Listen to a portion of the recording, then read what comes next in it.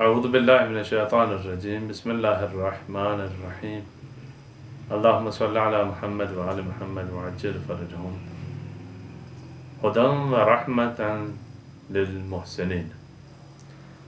ماہ مبارک رمضان میں سورہ مبارکہ لقمان کی آشنائی اور شناخت میں ہم یہاں پہنچے تھے کہ خداوند متعال نے اس کتاب کو کتاب حکیم کہا ہے۔ یہ ایسی کتاب ہے جس میں باطل کے آنے کی گنجائش نہیں ہے۔ پھر اس کے بعد اس کتاب کے متعلق بیان فرما رہے ہیں، آیا فقط یہی خصوصیت ہے؟ کہا نہیں، اس کی چند اور بھی ممتاز اور نمایاں خصوصیات ہیں قرآن مجید کی۔ کون کون سی؟ سب سے پہلی خصوصیت ہدن، یہ کتاب ہدایت ہے۔ اور ہدایت اگر کہیں نا کہ قرآن کا موضوع کیا ہے، ہم جب طلاب پڑھتے ہیں نا تو ابتدا میں ایک بات جو ہمیں بتائی جاتی ہے وہ یہ ہے کہ علم کا موضوع ہوتا ہے، ہر علم کا۔ یہ طلاب کو پہلے دن سمجھایا جاتا ہے۔ اگر میں مثال کے ذریعے سے سمجھانا چاہوں تو یہ ایسے ہوتا ہے جیسے ایک درخت کا تنا ہوتا ہے۔ درخت کی تمام ٹہنیاں، جتنا بھی پھیلا ہوا ہو، تمام ٹہنیاں حتیٰ تمام پتے، اگر ڈائریکٹ یا انڈائریکٹ اس تنے سے متصل نہیں ہوں تو وہ خشک ہو جائیں گے۔ اصل وہ درخت کا حصہ شمار نہیں ہوگا، وہ مردہ ہو جائیں گے۔ ان کے زندہ رہنے کے لیے ضروری ہے کہ وہ تمام کے تمام تنے سے مربوط ہوں۔ اگر ان کا تعلق ٹوٹ گیا، ختم ہو جائیں گے۔ جس مسئلے کا تعلق علم کے موضوع سے ٹوٹ گیا، وہ مسئلہ اس علم کا نہیں رہے گا۔ یعنی ہر علم میں موضوع مرکزی اور محوری حیثیت رکھتا ہے، اس طریقے سے کہ اس علم کے تمام مسائل، جو کچھ اس علم میں بیان ہوتا ہے، وہ تمام کا تمام اس موضوع سے مربوط ہوتا ہے۔ قرآن مجید کا موضوع ہدایت ہے۔ یعنی ہم یوں کہیں آسان الفاظ میں عوام کو سمجھانے کے لیے، جس سے کسی چکی کا قطب ہوتا ہے، جس سے کسی کوئی بھی ایک محوری چیز ہوتی ہے، یعنی دوسری چیزیں اس وقت معنی رکھتی ہیں جب اس سے مربوط ہوں، اور اگر اس سے مربوط نہیں ہوں تو پھر ان سے قرآن کا حصہ نہیں ہوگا۔ ہدایت کا قرآن مجید میں وہی مقام ہے کہ جو مقام اس قطب کا، کلی کا، جسے پنجابی میں کلی کہتے ہیں، اس چکی میں جو اس کا مقام ہے، ہدایت کا وہی مقام ہے۔ یعنی قرآن مجید کی ہر آیت، جس آیت کو بھی آپ اٹھا لیں، سب سے پہلے اس میں پیغام ہدایت ہوگا، بعد میں کوئی اور بات ہوگی۔ یہ قرآن مجید کا موضوع ہے۔ یہاں پر بھی اس موضوع کی تاکید کی گئی ہے۔ ہدایت کا معنی کیا ہے؟ ہدایت کا معنی رہنمائی ہے۔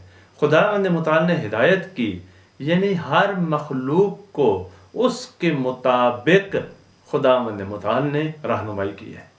کسی مخلوق کو خدا نے کم خلق نہیں کیا۔ کوئی ایسی مخلوق خدا کی نہیں ہے کہ اس کی رہنمائی کے لیے، اس کی بہبودی کے لیے، اس کی بہتری کے لیے کوئی ایسی چیز ہو لیکن اس کائنات میں اس کے لیے نہ رکھی ہو، اس طریقے سے نہیں ہے۔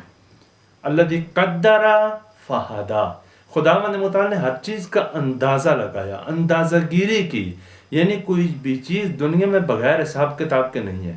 وہدا، اور انہیں ہدایت کیا۔ ایک بیج کی ہدایت کیا ہے؟ بیج کی ہدایت یہ ہے کہ جب ایک مناسب حالات میں، مناسب زمین میں جائے گا تو یہ درخت بنے گا۔ نہیں ہو سکتا کہ گندم کا بیج ہو اور اس سے کوئی اور درخت مثلا نکلے، اس سے مثلا چاول نکلا، یہ نہیں ہو سکتا۔ یہ اس کی ہدایت ہے، یعنی اس راہ پر چلنا۔ وہ جو روڈ ہے، جو پہلے دن یعنی سیر ہے اور حرکت ہے اور انداز حرکت ہے، یہ جو سیر اور حرکت ہے ہر چیز کی، اس کو ہدایت کہتے ہیں۔ یعنی خداوند متعال نے انسانوں کو حق تک پہنچنے کے لیے، ہدایت تک پہنچنے کے لیے، ان مقاصد عالیہ تک پہنچنے کے لیے، دین تک پہنچنے کے لیے، واقعات تک پہنچنے کے لیے وہ جس طریقے سے رہنمائی کی ہے، اس رہنمائی کا نام کیا ہے؟ ہدایت ہے۔ اسے ہم ہدایت کہتے ہیں۔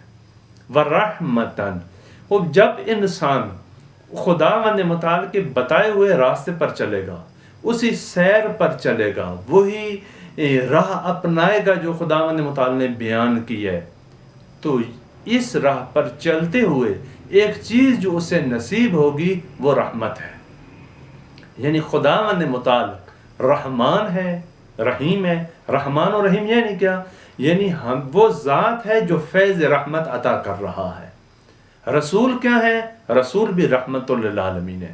خدا رحمت دینے والا، فیاض، رحمان، رحیم، رسول رحمت للعالمین، اور کتاب بھی کتاب رحمت ہے۔ یہ دوسری خصوصیت ہے۔ تیسری خصوصیت ہے جو قرآن مجید کی بیان ہو رہی ہے کہ قرآن مجید فرقان حمید حکیم ہے، مستحکم ہے، باطل کا اس میں خدشہ نہیں ہے۔ اس کے بعد کیا ہے؟ قرآن آ کر ہدایت کرتا ہے، اور یہ ہدایت کی راہ پر اگر کوئی چلے تو قرآن اس کے لیے رحمت بنتا ہے، یعنی اسباب رحمت فراہم کرتا ہے۔ لیکن یہ اسباب رحمت کس کے لیے ہیں؟ یہ ان کے لیے ہیں کہ جو اس راہ کو اپناتے ہیں۔ ہدن للمتقین، یہاں پر فرمایا رحمتن للمحسنین، رحمت خداوند متعال، ہدایت خداوند متعال، یہ تمام کی تمام خاص ہے ان افراد کے ساتھ کہ جو اس راہ کو اپنائیں گے، ورنہ تو ہدایت کلی ہے۔ جس طریقے سے سورج ہے، سورج کی روشنی کس کے لیے ہے؟ سورج کی روشنی سب کے لیے ہے، لیکن اگر کوئی شخص سائے میں بیٹھا ہو اور سائے میں بیٹھ کے گلہ کر رہا ہو کہ مجھ تک تو یہ روشنی نہیں پہنچی، آیا اس شخص کا گلہ درست ہے؟ قطعاً درست نہیں ہے۔ کیوں؟ کیونکہ آپ نے اپنے آپ کو سورج کے سامنے پیش ہی نہیں کیا، آپ سورج کے سامنے آئے ہی نہیں ہیں۔ سورج کے سامنے آؤ تو پھر سورج کی کرنیں، سورج کی شعائیں آپ پر نہ پڑیں تو پھر گلہ کرنا۔ رائے ہدایت پر آئیں اور خداوند متعال کی رحمت آپ پر نہ برسے پھر گلہ کرنا نہیں ہو سکتا۔ پس رحمت کے اسباب چاہیے۔ اگر قرآن متقیوں کے لیے ہدایت ہے یا رحمت ہے محسنین کے لیے، تو یہ ہدایت کا معنی اس طرح نہیں ہے کہ خداوند متعال نے اپنی ہدایت اور اپنی رحمت کو ایک لفافے میں بند کر دیا ہے اور وہ لفافہ فقط اور فقط متقیوں کو دے دیتا ہے، یا وہ لفافہ فقط اور فقط محسنین کو دے دیتا ہے۔ قطعاً اس طریقے سے نہیں ہے، بلکہ قرآن کے بارے میں فرمایا کہ ہدن للناس ہے، یعنی قرآن سورج کی طرح ہے۔ اور یہ بھی روایات میں ہے کہ قرآن کا طلوع ایسے ہے جیسے سورج کا طلوع ہے، ہر روز نیا طلوع ہے۔ قرآن کا ہر روز نیا طلوع ہے، ہر نسل کے لیے نیا طلوع ہے، ہر نسل کے لیے قرآن ہدایت ہے۔ جس طریقے سے سورج ہر نسل کے لیے روشنی فراہم کرتا ہے، قرآن ہر نسل کے لیے ہدایت کی روشنی فراہم کرتا ہے۔ سورج انسان جس فضا میں موجود ہیں اس فضا کو نورانی کرتا ہے، اور قرآن مجید اور انبیاء انسانوں کے وجود کو نورانی کرتے ہیں۔ اور جب انسانوں کا وجود بھی نورانی ہو اور وہ باہر کی فضا بھی نورانی ہو تو پھر انسان ہے کہ وہ مستحق کے رحمت قرار پاتا ہے۔ پس رحمت خداوند متعال اسباب چاہتی ہے، اسباب مانگتی ہے۔ اس راہ پر آئیں تو رحمت ہوگی، لیکن آیا یہ رحمت خاص ہے ان متقیوں کے ساتھ؟ جی ہاں، ایک اعتبار سے خاص ہے۔ کیوں خاص ہے؟ اس وجہ سے خاص ہے کہ یہ رحمت ہے تو سب کے لیے، ہدن للناس ہے، رحمت للعالمین ہے، لیکن مسئلہ یہ ہے کہ جس طریقے سے اس سورج کی روشنی میں اور ہم میں بعض دفعہ ہم پردے حائل کر دیتے ہیں، ہم مکان میں آ جاتے ہیں، چھت بنا لیتے ہیں بیچ میں، اور وہ چھت رکاوٹ بن جاتی ہے کہ سورج کی روشنی ہم تک پہنچے۔ بعض لوگ اپنے گناہوں کو، اپنی گمراہیوں کو رکاوٹ بنا لیتے ہیں، یہ ہدایت ان تک نہیں پہنچ پاتی۔ کون ہیں وہ لوگ کہ جو اس سے استفادہ کرتے ہیں؟